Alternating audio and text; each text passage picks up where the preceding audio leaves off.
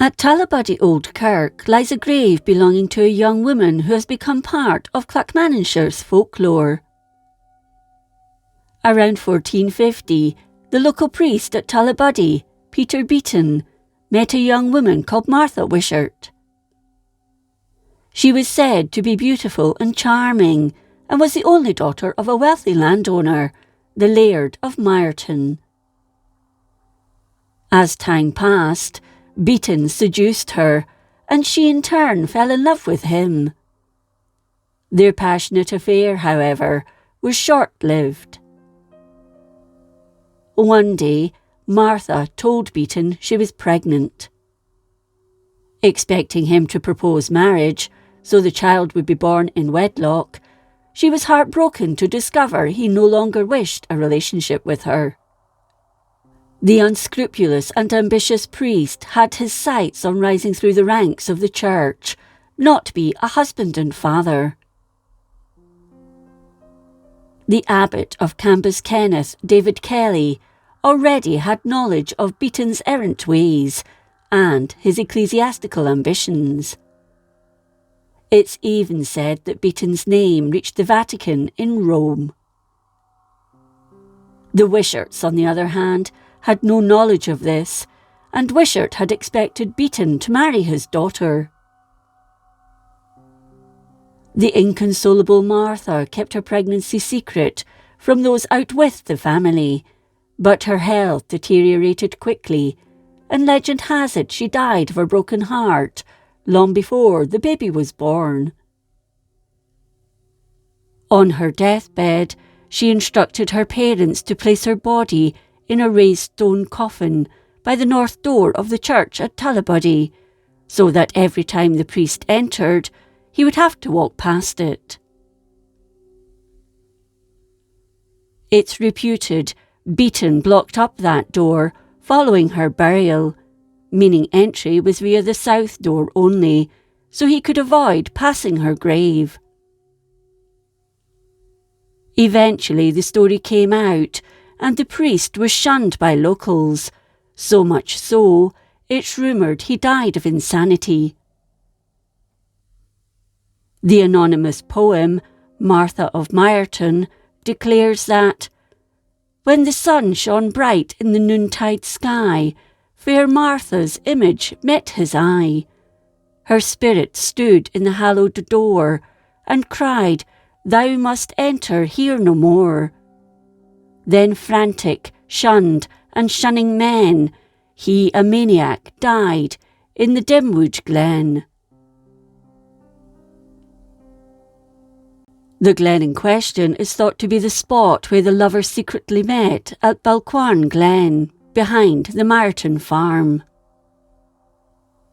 A much more detailed poem, called The Maiden's Stone in Tullibody, was penned by Andrew Beveridge in 1871.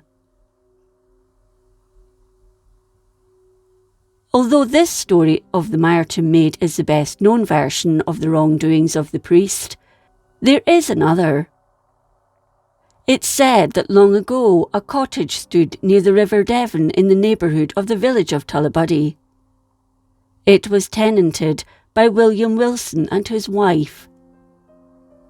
He rented a piece of ground where vegetables and other produce grew, and together with an annuity left to him by his father, they managed to live, if not affluently, then at least comfortably.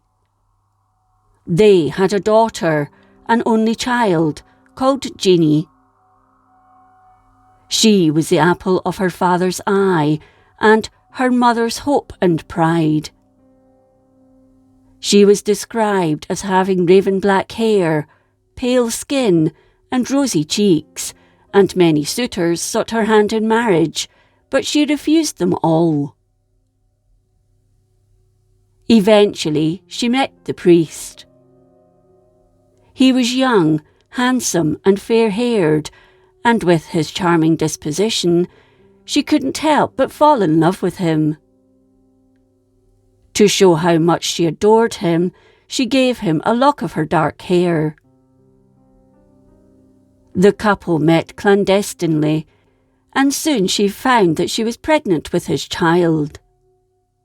The priest took fright and told her he couldn't marry her, as he had his sights on rising through the church ranks. So, broken-hearted, she seemed to lose the will to live. Before she died, she asked for her body to be placed in a stone coffin and placed by the side of the church door, so that when the priest went in and out, he would see her coffin as a reminder of what he'd done. A poem on this version of events was also written anonymously. Young Jinnie was the fairest flower that bloomed on Devon's side, the apple o' her feyther's ee, her mother's hope and pride. Her hair was like a raven's wing, her breast was like the snaw. The rosy tint bloomed on her cheek, her heart was guileless awe.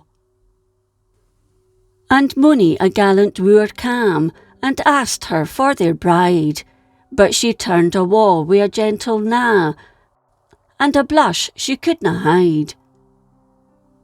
At last there cam a godly man, wi' a face baith young and fair, and she has given to a holy man a lock o' a raven hair.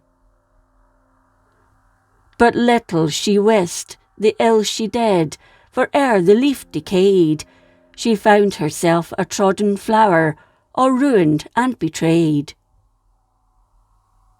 The stone coffin stands at the kirk door, with the bones of young Jinnie within, and the priest aye starts as he enters the kirk, for she died for the love o' him. Whichever version is true, what is certain is that there was a priest who got a young girl pregnant, but he spurned her and she died before the baby was born. The hollowed-out stone coffin, in the shape of a body, can still be seen on the north side of Tullibody Old Kirk.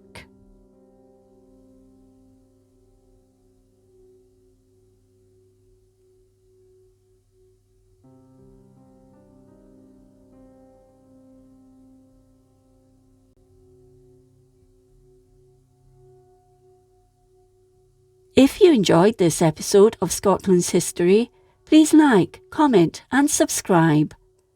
Until next time, thank you for watching.